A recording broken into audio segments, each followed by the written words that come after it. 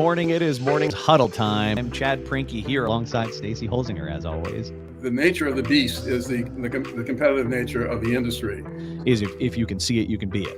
It's all about the people. The people are what make it great and worthwhile. Yeah, anything that I think helps build the story behind the company is great. These are the things that that you're like, we don't need that because we have plenty of work right now. Got it. But if you don't do it now, where are you going to have work in the future? Stacy, I missed you. We're back. We're back. It's morning huddle time. Chad Prinky here alongside Stacy Holzinger. Stacy, how are you today? I'm doing good. What have you been up to? So I had this really good idea where we would move during the holidays. I was like, wouldn't that be neat if we could figure out a way to move in the middle of the holiday? It was such a show. The virtual background is just masking boxes, Stace. That's what's going on. Okay, gotcha. It's rough down here. It's rough down here. Yeah. How was your year overall with the business? I'm sorry, what'd you say? How was your year overall with the business? So we literally hit it sounds crazy. We hit every single goal. Everything that we said we wanted to do, we did. Everything, every metric, every thing that we said we wanted to try to do. It made me wonder if we set our goals too low. So this year I freaked out my team and was like, we're going to do it again. They were like, oh, man, you can't do this back to back. So we're aiming for even more aggressive growth. We've got, we've hired, I think we hired like 3 people in the last quarter of the year, and we're flying. It's going really well. It's a very, that term humbling, right? Like, I think some people use that. I know I've used that word incorrectly. I hope that I'm using it right here in that things are going really well. I'm looking around and I'm kind of going like, really? Have I done stuff to deserve these awesome people? Because it doesn't feel like it sometimes. We all feel like that, I think, at some point. Yeah. Yeah. But how about for you? How was 2024? I had another really great year. I just celebrated 4 years in business, and then we launched the Chat CT, and that's going great. We got more funding for that. I just got awarded a $1,000 scholarship that I presented yesterday to Thomas Edison University. Nice. So, the purpose part of what I do and the passion part is coming out this year, and that leads to more business. Just being, in the community and serving with purpose. So it's been a really great year. That is, I think, the secret to your success, Stacy. I just watch you doing things that you're passionate about and kind of trusting that everything will work out. I really would love to help more contractors find a purpose other than just profitability. Yeah, sure. They really struggle with that and identifying their mission, their vision, and values. It's like they concentrate on the work quality and the people and the projects, and that's definitely important. But there's one more piece that needs to be added, I think. Yeah. I think, well, man, if that isn't a good segue to our guest, there you go. Right? Like that's a nice little tee up. I'm going to bring in Ed DeAngelis. So, Ed, welcome to the Morning Huddle. Thank you for being here. Good morning, Chad. Good morning, Stacy. Good morning. So today's topic is making humanity a strategy in your business. And Stacy just kind of said something that I couldn't help it. I had to immediately use that as a transition because I think that's something that Ed and his business have done, and clearly it has been recognized for it. So EDA has been recognized multiple times. It's a contracting business in Philly. I'll let Ed dig deeper into exactly what they do and where they do it and all that jazz. But this is a contractor operating in Philadelphia that has won Best Places to Work, I think, 2 of the last 3 years, and the 24. I don't know if 24 numbers are out yet. My bet is you'll probably be at the top there again, as long as you're still participating in that. And, really, Ed and his business came to our attention through Matt Verderamo, who is, on my team and one of our hosts and somebody that gets involved here, because Matt pays attention to companies that share his values. And so there was an interaction where Matt reached out to me and he said, "Hey, would you be open to me teeing up somebody for the show?" And I was like, "Yeah, what do you have in mind?" And he just started gushing about your business, Ed. Right? And you know, you don't know him, he doesn't know you, but he thinks the world of you. Kind of him. Yeah. So and so I think that's why you're here, is to talk about what EDA is doing to find that extra meaning that you know Stacy's talking about, and that extra drive, that what is it beyond profitability that gets you guys going. So with that, Ed, tell us all about EDA. What do you do? You know, where do you do it? All that kind of stuff. Just kind of the fundamentals. Yeah, I mean, look, first of all, thank you for inviting me, and thank you to Matt for thinking of me and having those nice things to say about some of the things we've been doing. Yeah, we're very proud of what we've done, and it's nice to hear that there's some positive, you know, reaction to some of the things we do. We don't do it for the exterior; we do it really for the interior. But we know that it'll ultimately affect and impact the exterior of our organization. So what do we do? You know, we call ourselves an exterior envelope contractor. So we do wall panels, masonry. We just purchased the assets of glazing. We do air and vapor barrier, waterproofing, roofing. We do the exterior of commercial industrial buildings. We do it in areas right now. We're in Philadelphia and New Jersey, northern New Jersey, New York. We go down to Delaware, you know, every once in a while, but mainly I would say it's Pennsylvania, New Jersey, and New York. Yep. That's our territory.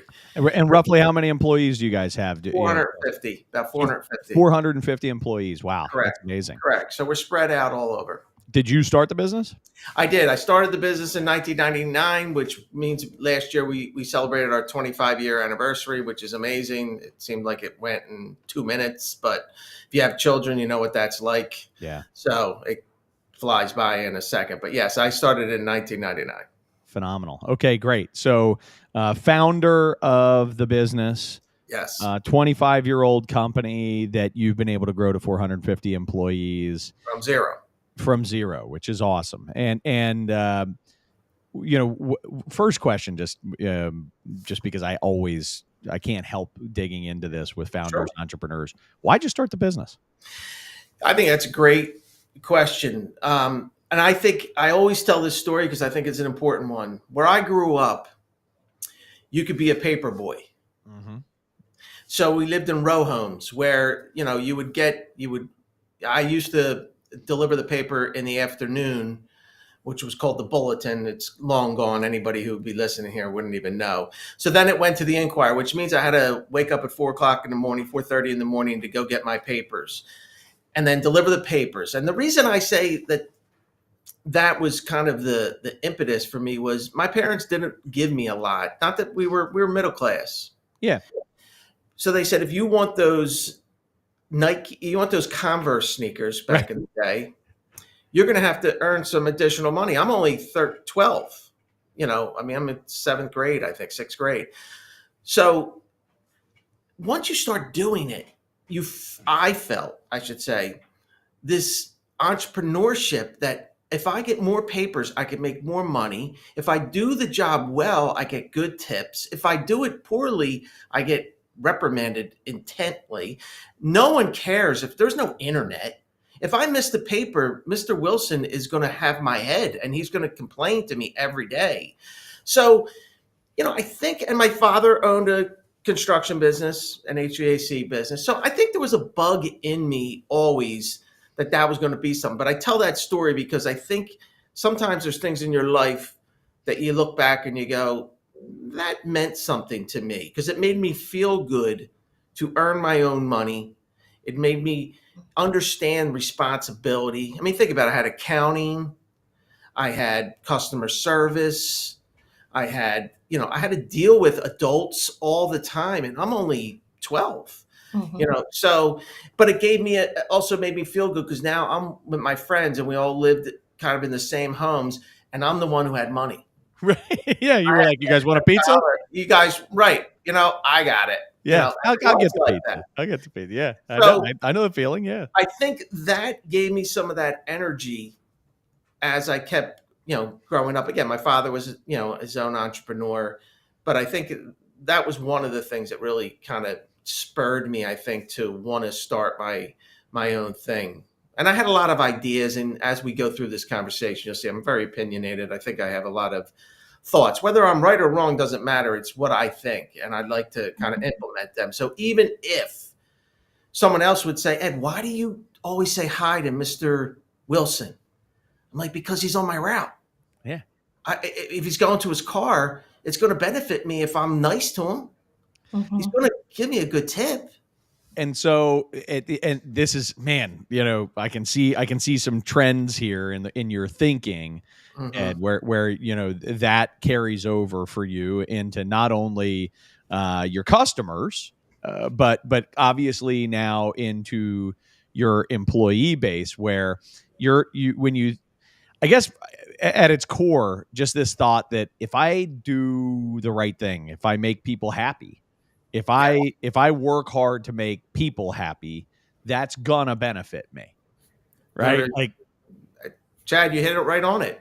It's as simple as that. At times we hold each other accountable. Mr. Wilson held me accountable.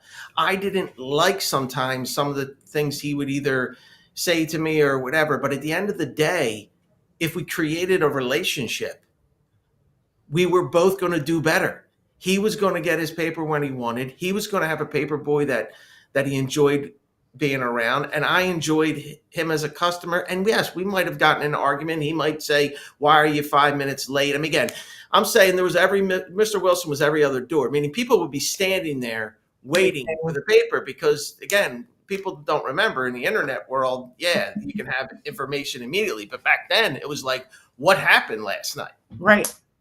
So it was an exciting time. So yes, I think that is sometimes, let's boil it down. I'm a very big on simple. Yeah. Just make it simple. Like sometimes it is as simple as people just want to be happy. That doesn't mean that they're not held accountable. They want to be challenged, but at the end of the day, they want to feel like their life makes a difference and that what they're doing makes a difference. And sometimes they don't agree with the way I'm going to pay them or what role they're in, and they decide they want to be happier somewhere else, and that's okay. And they say, you know what? I think I can be happier somewhere else. And you go, that's fine. I don't have to hate you. That's understandable. That's right. Yeah. You move on. So I think that is kind of the simple theme. And, we'll get into some of the other stuff that we do, obviously. That's awesome.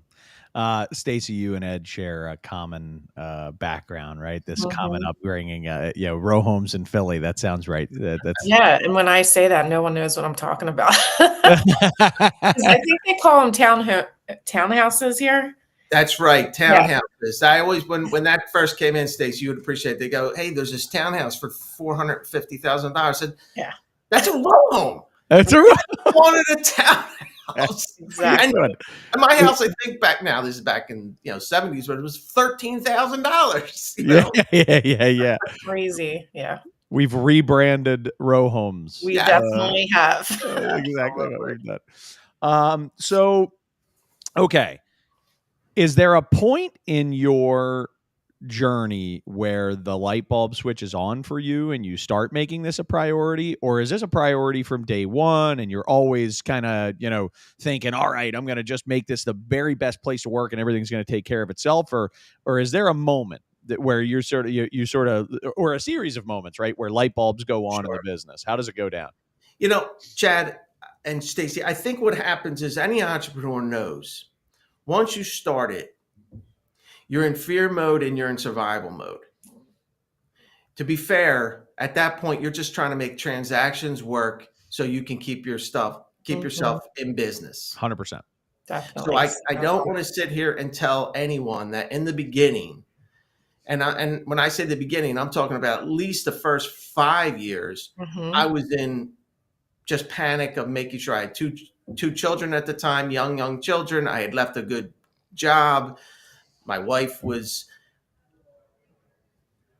happy that I'm doing what I want, but not exactly pleased that I did this. And you and I have a very, very similar. That's very common.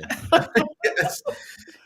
So you're in survival mode. So really at that point, you're just trying to make things work. You're trying to see, how can I build a business that there's a function that I can be profitable with, meaning whatever I do, can I be profitable in this business? Can I do this?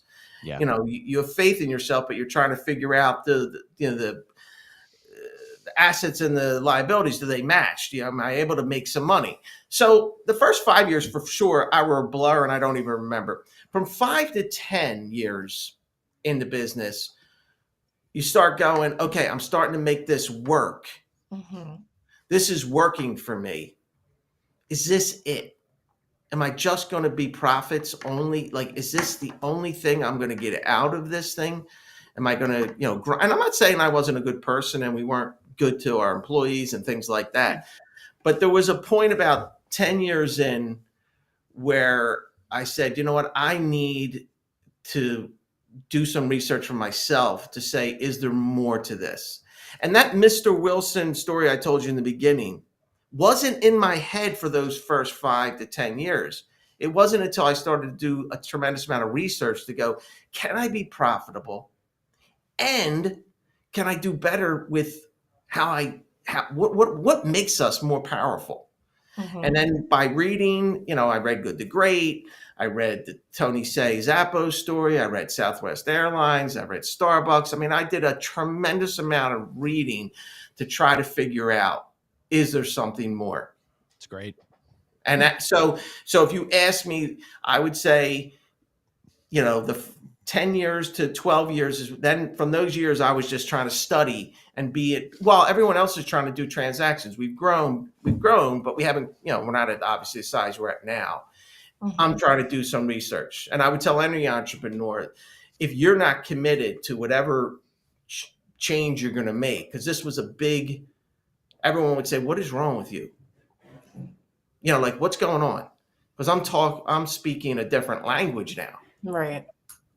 And it took time. It takes time for everyone else to catch up to what you're trying to do. No doubt. Yeah. You start coming back to your, right. You start coming, I'm picturing this and like, I'm getting this funny picture in my mind and I've been a part of it. I think, my business is leading these kinds of transformations, inside businesses.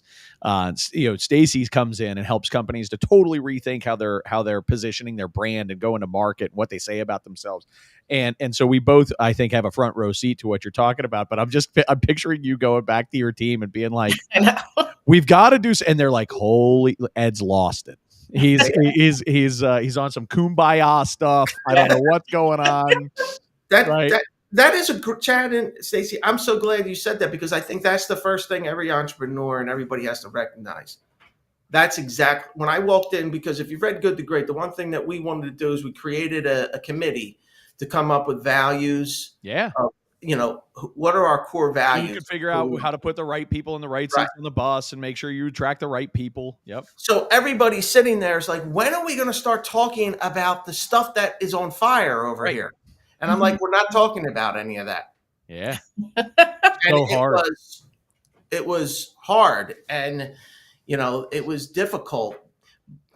But as, I think we're up to maybe our 7th straight year of best business. Oh my gosh. I didn't realize that. Places to work. It really worked out. But those beginning parts, like you had mentioned, is something that someone has to be the leader of that. And it has to be someone in the executive role, some sort of executive role, because it will not work if I had farmed this out to somebody else. Mm-hmm. They have to feel that I'm 100% committed to this process of investing time and money to create this which we can get to, which will ultimately you will see success from. But it's not a short-term commitment. This isn't a new machine that all of a sudden is going to give you better profits because your machine's going to be more efficient. You're trying to create a relationship with human beings. Yeah. And that takes a little more time and effort, for sure. So let's talk about some of like the first major shifts you start making in the business that change. Maybe it's that year 12, 15, 20, somewhere in that range. But as you start to really make change and it goes from theory into application, what are some of the big shifts that you make in the business? So some of the things that, like I said earlier, first thing we did was we created core values. Who do we want to be? Yeah. What are the values? We spent 9 months talking about words and the definitions of our core values. If you look at our core values, they were grinded out for 9 months. Yeah. That's the first thing we wanted to do. And then we were able to establish a mission and a vision. Like, what is our mission? What is our vision? And that was and the most important part is don't do it without your team. Mm-hmm. Don't do it by yourself. Couldn't agree more. Yep. There are some books out there that are like, you're the CEO, go away and make all these decisions, come back and tell your team. And I'm like, man, I think that's a really challenging way to do it. Your people are smart. They know what's what. The most valuable asset you have is your people. The most valuable machine, if you want to call it, is your people. The people are the most. So if I don't include them, now I'm going to be the most immersed in this. I get that. But if I don't include them in, then they're not going to buy in. And it takes some time to create that buy-in. Yeah, I think that's right. We did that for a while. We had meetings every month. We would have what was called a culture team meeting. And that's all we spoke about. We did not speak about anything that was going on in our business. We only spoke about how to create a culture. What does it look like? I had no idea what I was doing. So it was a little bit rough in the beginning. Till a couple years, maybe 2 years in, they said, hey, can you bring someone else in to help organize this a little bit? Yeah. Because, I was that's not my business. Mm-hmm. We brought in outside consultants to come in to give us value. Now that costs you money. Yep. You got to spend money to make money. I mean, I'm a firm believer of that. And that's what we did. So then we brought in and we had tremendous amount of growth in that meeting because now this individual is taking us on a more structured approach on how we're going to create more to what we're doing as it relates to how do we get this infected into our business? How do we get people to start speaking about that? And I'll get to that because I want to talk to you about that, because the thing is, I will tell you, just as a bit, you're going to have a lot of people say this is a bunch of garbage. This is not true. But there's going to be a whole other side that are like, this is exactly what I was looking for. Yeah. Thank you. This is what I needed. I want to be at a place like this. Once you decide, Ed, who you are committed to being as a company, yes, inevitably there will be people who say that's not me. That's the whole point. That's the whole point. That's why you do it. It sucks. It's hard because you like a lot of these people, and some of these people are friends, and that type of stuff. But if I could read between the lines, I think a part of what I could surmise is you lost some people. We did, and we still, and the only thing I will tell you is we didn't lose as many in the beginning because we didn't do it as hard in the beginning because I was even afraid.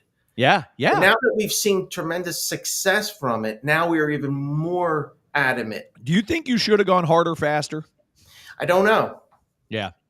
I don't know. But I was afraid because this transactional person who was excellent at what they did, but didn't buy into this other part of the business. Wow. I am racking my brain with what that is. I've now, through time, have realized that is exactly what I can't have. Even if the transaction may cost me a nickel today, I'm going to save myself $1 tomorrow. Because at the end of the day, if someone's not bought into who you are as a business, they're not going to be there, because they're the ones that are making decisions for the betterment of the company when nobody's around, and you need to have them on board. So it's a great question. I don't know the answer, whether I could have done it. Yeah, I think it's probably healthy that you don't sit there and have regrets. I was just wondering if you've had that inclination, like, man, if they're, like when I started my business in 2021. When I started my business, same as you, survival mode, trying to figure it out, all that type of stuff. It was the end of 2022. The only thing that I regretted was that I didn't do it in like 2018. You know what I mean? I was like, man, I wish I'd have done this a lot sooner. So I just had that immediate spark. And I wondered if you did, but maybe, wading into it was the appropriate thing for your business. If you just, shock everybody overnight, maybe that actually, your business can't, sustain that, right? Can't weather that kind of change. Yeah, and I think that is true. I mean, it was already a shock. Right. They're talking about touchy-feely stuff. You're talking about feelings. You're talking about all this. I mean, I'm in the construction business. Mm-hmm. I got union construction workers with tats on their neck, we're talking about, because we're trying to take this down from executive level down through the organization. Whole company, right. So you just got to be patient. That, to be fair, they just need to be, number one, they need to know it's not a trick. Yes. Mm-hmm. They need to know that you're true and it's real. You believe it. They're going to test you. And your construction workers are the first ones that are going to test you the most, because they've been hurt and they've been used as tools in the past, and they don't want to have it happen. So they are very guarded.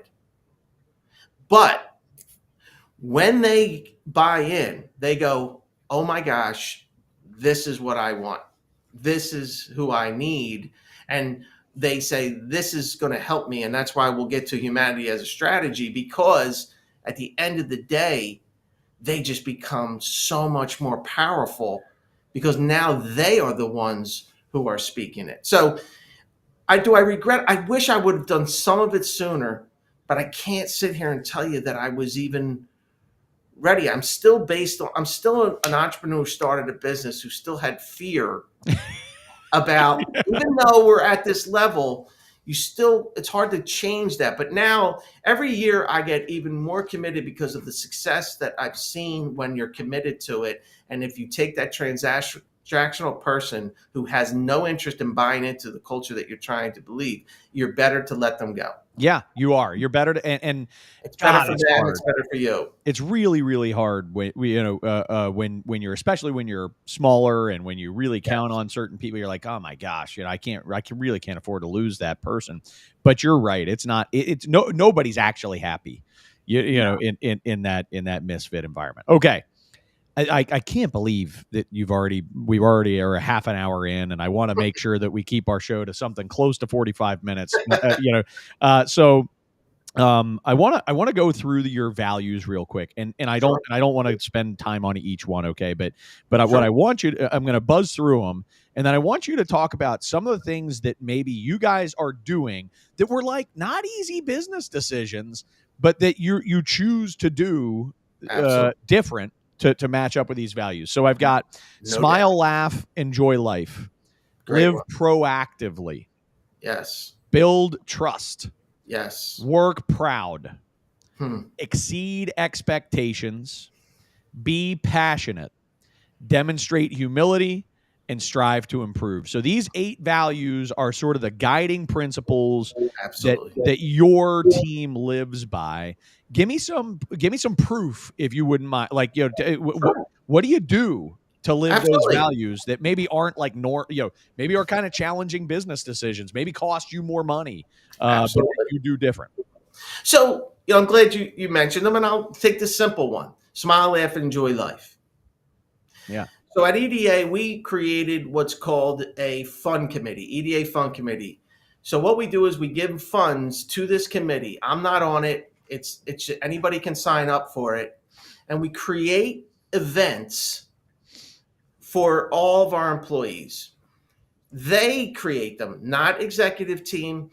They create events that every single employee is invited to. These are get-togethers to whether it's bowling, whether it's a happy hour, whether it's, we've done fishing, we've done golfing, we've done a lot of things. You can't make smile, laugh, enjoy life if all you're doing is work. Yeah. So you need to get your people in an environment where they can just relax and just be with each other.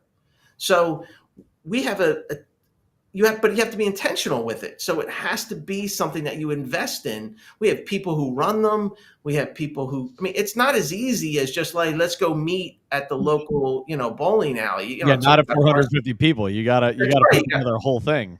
Right. And there's all kinds of different, and plus we're territorial. So New York people aren't going to come to Pennsylvania. So we have to have New York, and we have to have New Jersey, and we have to, so it takes a lot of time. So smile, laugh, and enjoy life. You have to make some intention with our fund committee. The other thing is, as leaders, we're taught to say hi to everyone. Hi. Be pleasant. Yeah. You can't say smile, laugh, enjoy life if you aren't practicing it. And that is something that you have to be intentional with. So we have, created leadership training around something like that to support smile, laugh, enjoy life. The other thing is recognize that people make mistakes. How do you react to the mistake is what they're going to remember, that's what they're going to remember. And when you say smile, laugh, enjoy life, that does not mean that you should be not holding people accountable. It just means that you know that life is more important, that is the most important thing in everyone's life is their own life and the lives of their loved ones. Yeah. So when you go smile, laugh, enjoy life, you go, look, is this the biggest thing in the world or is it not? And that's why if you create some time when people are together, we have a year end, it's coming up January 25th. We have one of the best, we call it New Year party, where we invite every single employee and their significant others to those events. We have picnics. That's awesome. These are investments of money and time. So yeah, there's hard costs and soft costs associated with that, and there are, my gosh, I've watched this a whole bunch of times, done not at all and done poorly, but I guarantee you're 6 figures into this, if not 7. By the time you're taking care, and I'm not asking you to say, but but I'm confident this is 6 figures or 7 figures. It's a commitment to, so as a percentage of your business is the way we do it. Mm-hmm. So whatever your gross profit is, whatever the profits or however you do it within your business, take a percentage of that business. If I have more people, I have more expense, but it also means I have more opportunity to make more money. That's right. They're all the same. You got to spend money to make money. I believe in that. So this is part of some spending time and money to create a better environment. And if you say, well, does it work? Are you crazy? We're exploding. It absolutely works. Especially for recruitment, I'm sure, right? We have people, and I don't say this, I want to be very humble with it, but people want to work here. Yeah. People don't want to leave here. We can't get enough work to get as many people as we could get in here. We give opportunities for different types of people. So it is a tremendous benefit to have that thought process. You are literally dealing with the exact opposite problem as the rest of the market. The rest of the market can get the work, but they can't get the people. I can't even actually, I'm having a hard time wrapping my head around what you just said. That's amazing that that there are enough people who would want to come and work at EDA, that if you just had the work, you could fill them up. Now, along these lines, I'm going to make a prediction, and Ed and I have not talked about this, but I'm going to make a prediction. I'm interested to hear what you'd say on this. Sure. I would bet that you are priced competitively, but toward the top of your market. Absolutely. Yeah. We provide services to our employees that ultimately provide services to our customer. For that, just like Southwest Sunlight, just like, again, we expect a certain profit margin for that work, but we are priced competitively, but in the upper side of that. But I think all people in this country will pay the extra small amount for a different experience. Definitely. Yeah. And our customers want to know that the workers that are out there that are doing dangerous work at least have been given some teaching and are being cared for, not just physical safety, but mental safety, that they feel like they're at a place where they're valued. They will deliver something better. We're not perfect. We make mistakes. We're not, I don't want to act like this is you do this and it's magic. It's just going to happen. But we are absolutely a value add to our customers. If you want the cheapest price, we are not the person that you're going to want to call. Mm-hmm. If you want the best value, we believe we're one of the best value because you're going to get the whole experience. Because when my construction workers are putting a piece of brick in, how do you know what they're doing is perfect or right if they're not in the right frame of mind? Now, that doesn't mean they're all in the right frame of mind, but they at least know that the company is doing things to at least give them some support to make them better at what they do, not just talent-wise, mentally. Are they in the right frame here? Can they be successful at what they're doing if they're not in the right frame of mind? So yes, Chad, we demand a different profit margin and a different level of it, but we call it a value add. If you want the value add, we're that. I'm probably inside our client base famous for this quote. Sure. Which is I have to steal it. I always say everybody wants to get paid more, but you actually have to be better. And if you're not better, nobody's going to give you a penny more for what you do. So, those that you can't want to make a higher profit margin and not work on being a better company. And fundamentally, Ed, you found that if I want to work on making a better company, I got to focus on making sure our team loves it here. Absolutely. Because if people are happy, it's not hard. People give you more. They're willing to be accountable. They want to be accountable. They help each other. It's amazing. It is exactly what, and I want to hit on a value because it's an important one to us. So part of one of the values that is really important to me is demonstrate humility. And the way we do that, we expand that within our company, is we have something called EDA Cares. So what we do is we bring together employees. So we ask them, if you have a charity of your choice that you would like to lead, meaning that you come and bring it, we will support that charity. So we have about 12 members of that team. They bring their own charity to this group. The company funds it. And then we, most of the time, not just give money. That's not our role. The role is to include all the employees to support these charities that are driven by the employee. Mm-hmm. The humility part is it allows us to take profits from our business, put it into our community, but also put it into the things that are important to our people that they care about. We help, we have a bunch of charities for, whether it's for Make-A-Wish, whether it's for underprivileged children, for veterans, Heroic Gardens we support. These are local charities though. So most of the charities are local because we want to be in our communities and we want to take our profits that we make from our community and then put it back in our community. Mm-hmm. The humility part is you can't imagine the amount of pride my construction workers who do not get paid to go do work get when they go to help all these different organizations because they have all these tremendous skills and all they really needed was an opportunity to do it. And it makes them feel good. It makes them feel good, which then lets them be better as they move forward. So I say demonstrate humility, because they are really humble about giving themselves to others. All you need to give them is a vehicle. Mm-hmm. You give them a vehicle. Yeah, that's awesome.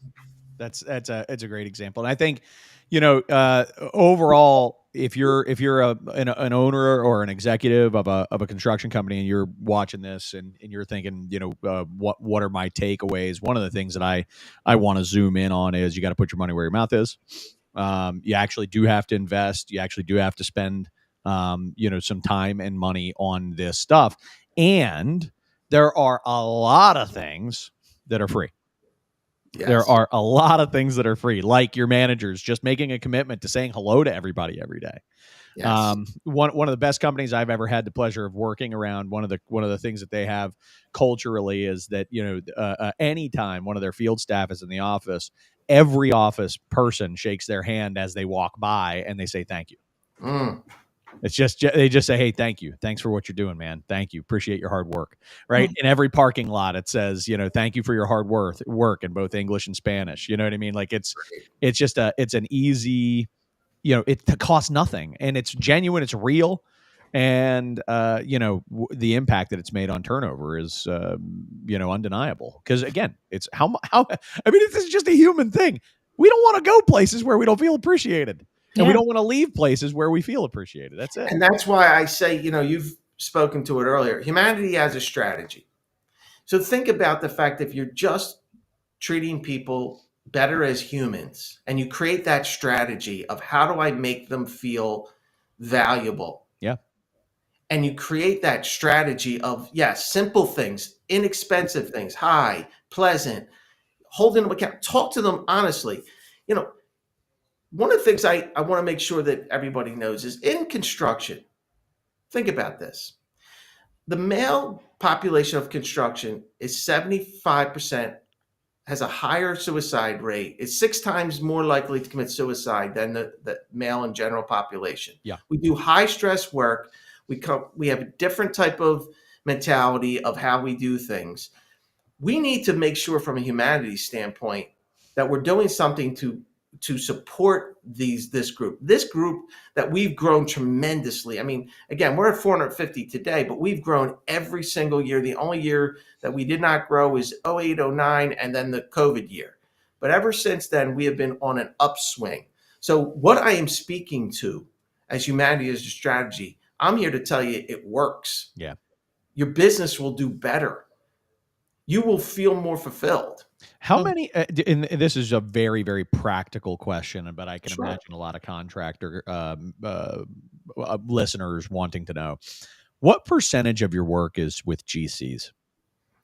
98%. So am I hearing you right? That general contractors are actually willing to spend a couple more bucks to work with a trade contractor that's better? Absolutely. Again, we don't do Walmarts. Now, no offense to Walmart. Walmart's a tremendous business. It's a great business. You found a part of the market that will pay for it. Yeah, your high-end institutional work, your airports, hospitals, colleges, universities, airports, universities. Yep. They want to make sure you have a sophisticated, but also a group that has an extra special difference. Now, I'm not saying again that we're perfect, but we are doing everything we can to deliver something better every single day. And the best way to do it is if each individual can get better, if they go home better, if they're happier when they go home, they're going to come into work the next day and they're going to be a little bit better. And a little bit better is a lot when you times it by 450. That's right. I think we over exceed what we charge. I think we deliver more than what, and I don't mean that in a bad way. I mean that in a good way. I want to give my customers more. Yeah. So they want to come back. Yeah, absolutely. I want them to feel like, wow, that was a great experience. I want to have them again. That's how you create this cycle of prosperity. Be better, get paid a little more, use those profits to be incredibly generous. Be better, get paid a little more, use those profits to be a little bit. I mean, it's a cycle. We're right up on time. Stacy, do we have any questions from the audience? I have to ask 2 quick questions for you. Sure. One is from Juan. So he said, from your current place of experience, how would you change anything from the process of establishing your values, if anything? I wouldn't change anything. So the process of our values was hard. It wasn't easy, but I think it was the only way we could do it. Just like when you're an entrepreneur, when you start a business, there's no easy way to do it. It's just hard. Yeah. And I tell future entrepreneurs, just be committed to it and you'll be okay. So would you recommend that a new business owner maybe wait 5 years in and then hire, because you said your timeline was about 9 months to develop all those values, vision, and you hired a consultant? Would you recommend that? Like starting maybe 5 years in and then hiring a consultant to help you figure it out quicker? What I think you should do is any of the person who wants to do it needs to go invest themselves first to make sure that you personally are committed to whatever this is. And then when you can articulate it well, you will then bring someone in to help supersize it for you. But if you're not there, don't expect a consultant to come in and supersize it because they don't have a beginning. You got to be the you got to be the beginning. Ed, I'm going to carve up this interview and I'm going to use it in my sales presentations, right? Where I mean, it's 100% true. Like, I want to hire a consultant. I don't like my people. I kind of, I want to treat them like crap, but I want you to make this company better. Yes. Yeah. It doesn't work. Doesn't work. I'm hiring you, make it more profitable. Well, buddy, that's not the way it works. No, consultants are there to supersize your own vision. Yeah. They will help articulate it, not do it for you. You have to do it. Right. Stacey, one other question, and then we got to wrap. Yes, I have to ask about the ducks. Can you please tell us about the ducks? So I will quickly tell you that we want to be different. Mm-hmm. So we hired a company and we said, look, every construction company has big guy with muscles, has, I want to create something that kind of shakes up the market. This agency came up with, how about this duck? And the first iteration was tighter than a duck's. Right. Watertight, tighter than a duck's. So it was a great idea. And there was a cute duck. And everyone in my company hated it. But now it is a phenomenon. All my construction workers have a duck in their car. They have them at home. And it's just a symbolizes water tightness, but it also symbolizes that as a construction company, we're just human beings. And you know what? We just want to have fun, and it's just cute and it's nice. And even with men, it's fine. I like. So it wasn't my idea. The whole Gritty thing. When Gritty came, everyone hated Gritty. Philadelphians hated Gritty, but then when the rest of the country hated Gritty, all of a sudden Philly was like, "Oh, we love Gritty." Gritty's ours. Yeah, Gritty's ours. We're owning it. The cute yellow duck is ours, and it's been all over the world. So, but thank you for recognizing. But just to be different. So I'll leave you with this: if you're going to be an entrepreneur, how do you find your difference? What makes you different? And you're going to have to look outside and try to make yourself something different. All great businesses have done it. Yeah, I agree with you. And there are a bunch of different strategies out there. And this is just one option, though I would argue that it is an option that both helps your company to succeed and that it helps to make the construction industry a better place to work, which helps to attract more people in general. It changes the way that we view this industry. And so I applaud what you're doing, Ed. Congratulations on all of your success. Thank you so much for joining the Morning Huddle. I could talk to you for hours. Yeah, well, thank you for having me, and I appreciate your forum because construction is $1 trillion business, and I think the more we take it as something as a serious business that has a tremendous amount of opportunity for a lot of people, I think this kind of programming is good because I think it gets some good voices out there. So thank you for inviting me, and I appreciate the time. Thanks, Ed. Thanks. See ya. All the best. Take care. Bye-bye. Bye-bye. Stace, that was awesome. We both love Ed. That's great for different reasons. I think you got all that Philly stuff going, which is great. So real quick, tell us about next week. Next week, Joe Wilson is joining us to talk about the data crisis in our industry. It's awesome. Yeah. So short version, contractors have information scattered across like 10 different platforms, software platforms in their business. Very difficult to get all that information synthesized and understand what's really happening in your company. Mm-hmm. Joe is a specialist in solving that problem, and it's pretty cool to hear, the solutions that he's developed. So that's what we're doing. Stacey, thank you so much for, as always, helping to contribute to building an awesome guest list. I'm excited for, the next several months. We're rolling from now through May. Yeah, it'll be fun. All right. See ya.